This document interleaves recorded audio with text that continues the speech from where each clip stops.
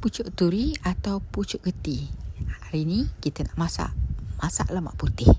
Kita ambil bahagian yang muda dan kita gulungkan. Kemudian kita rendam dalam air bersama dengan garam selama 10 minit. Lepas tu kita boleh buang air dan bilas. Panaskan air dalam periuk dan renehkan keledek. Bila keledek dah lembut, kita masukkan daun turi. Kita masukkan juga santan dan kita tekan supaya daun ini terendam supaya dia layu.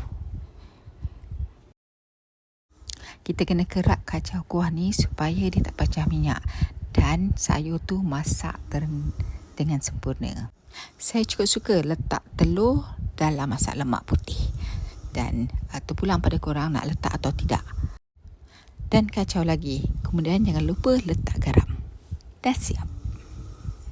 Pastikan korang ada sambal belacan dan ikan goreng. Pucuk turi atau pucuk geti. Hari ni kita nak masak lemak putih. Kita ambil bahagian yang muda dan kita gulungkan. Kemudian kita rendam dalam air bersama dengan garam selama 10 minit. Lepas tu kita boleh buang air dan bilas. Panaskan air dalam periuk dan renehkan keledek. Bila keledek dah lembut, kita masukkan daun turi. Kita masukkan juga santan dan kita tekan supaya daun ini terendam supaya dia layu.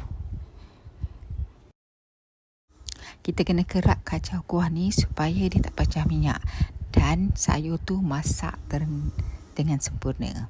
Saya cukup suka letak telur dalam masak lemak putih dan terpulang pada korang nak letak atau tidak. Dan kacau lagi. Kemudian jangan lupa letak garam. Dah siap. Pastikan korang ada sambal belacan dan ikan goreng.